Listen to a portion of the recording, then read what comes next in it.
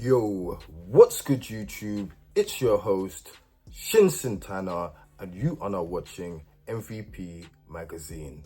And today, we are going to be talking about Mario Kart World. Whether you love it or hate it, Super Mario Kart World is one of the biggest things in gaming right now. And rightfully so. Not only was it part of one of the biggest console launches in history with the Nintendo Switch 2, but it's also following on from the huge legacy left by Mario Kart 8 Deluxe. But is Super Mario Kart World a bad launch game? Yes, and I know that statement and the title of this video is going to make the Luigi's Mansion Mafia very angry. I know, but if you listen to these points, you might see what I'm saying. Let's go. Now, first things first, let's talk about the graphics. And yes, I know I gotta be careful just in case the Mushroom Kingdom Mafia come after me. Now, I definitely will not beat around the bush. These graphics in this game are good. They still have that Nintendo seal of quality and polish that we always look forward to when Nintendo ever drop first-party releases. Now, yes, we already know that the scale and map of Super Mario Kart World is a lot bigger than Mario Kart 8 Deluxe. But they're doing this on a console with a lot more powerful hardware. There's almost no excuse for the way that the graphics look. Now, I'm not necessarily expecting a realistic version of Super Mario Kart. That would actually be scary. What I'm actually thinking is something that really shows off what the machine is capable of. Something that shows us that yes, this is Nintendo playing with power. You're playing with power. And one of the worst things about the graphics is that sometimes when you're playing, you actually get a glimpse of what would happen if Nintendo actually tried. When it rains and you see the way it affects the track and the different textures on the map, making everything look really wet, it just looks magnificent. You can actually tell that when Nintendo used the power of the Switch, it could actually be something special. Now, there's a lot of times where graphical preferences and stylistic choices are often just a matter of opinion.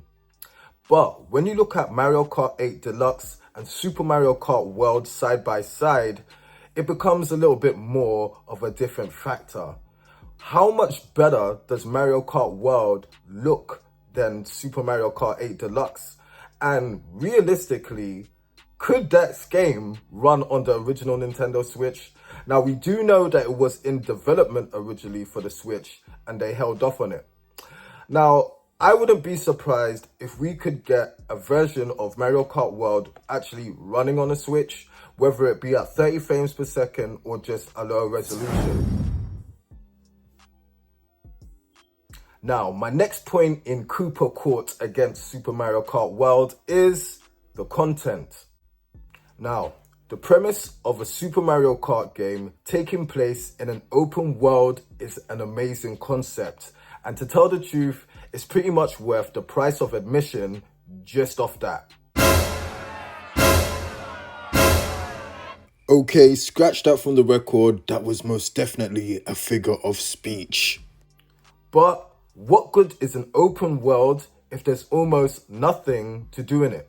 Or if the stuff that you're doing is just not interesting whatsoever? Now, in my humble opinion, free roam mode in Mario Kart World was a missed opportunity to add new innovation and gameplay to the franchise. I'm so surprised there wasn't any unlockable courses or tracks in the overworld, or unlockable secret characters appearing as bosses that we have to race against. Something like a Tony Hawk style mission list would have been awesome in this game, especially because it's got that kind of platform edge to it with you now being able to jump. It feels like such a missed opportunity for the franchise to grow or just go in a new direction. And it's interesting because Nintendo don't usually miss these opportunities. Now, it goes without saying that Breath of the Wild is a testament to how well Nintendo can shake things up and innovate with their games. With Breath of the Wild, Nintendo was able to come up with something new, fresh, whilst keeping the traditional gameplay intact. A total breath of fresh air, one of the things which is needed for a good launch title. And this is one of the things that unfortunately, in my opinion, Mario Kart World severely lacks. Which kind of segues onto my next point, which is depth and longevity. Now, there is no denying that Super Mario Kart World is definitely a fun game, and it could go down as one of the best multiplayer races of all time. But when it comes to overall longevity, I'm not sure if there's enough in this title to see or do. Now, in my humble opinion, the new knockout races are definitely the standout content of Mario Kart World. They're really fun, really fast, really addictive, and they're just a great addition to the franchise. But doing knockout races all day would kind of get tired, so what next? I mean, battle mode has always been a really cool distraction, but let's be honest, who really plays Mario Kart for battle mode? Well, who else but the Minish Cap mobsters?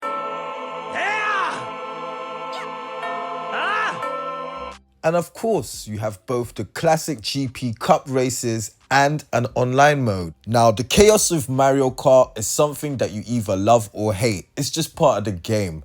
But now with 24 players, an extra effort and balance should have been put forward, because now it just feels like complete chaos at times. And sometimes it doesn't always feel like skill is the deciding factor between who wins a race and who doesn't.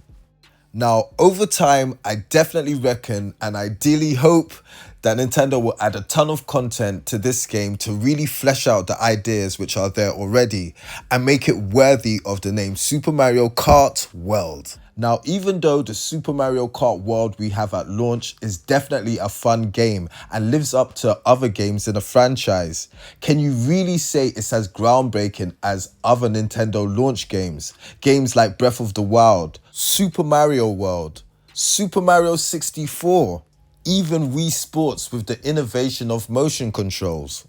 All of those games were great reasons to upgrade to the next generation of Nintendo. So I rest my case and let me know what you think in the comments. Do you think it would have been better if they dropped Donkey Kong first and maybe Mario Kart after?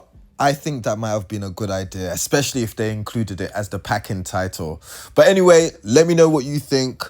If you're new here, like and subscribe. Holla at your boy, S.H.I.N.O Santana out.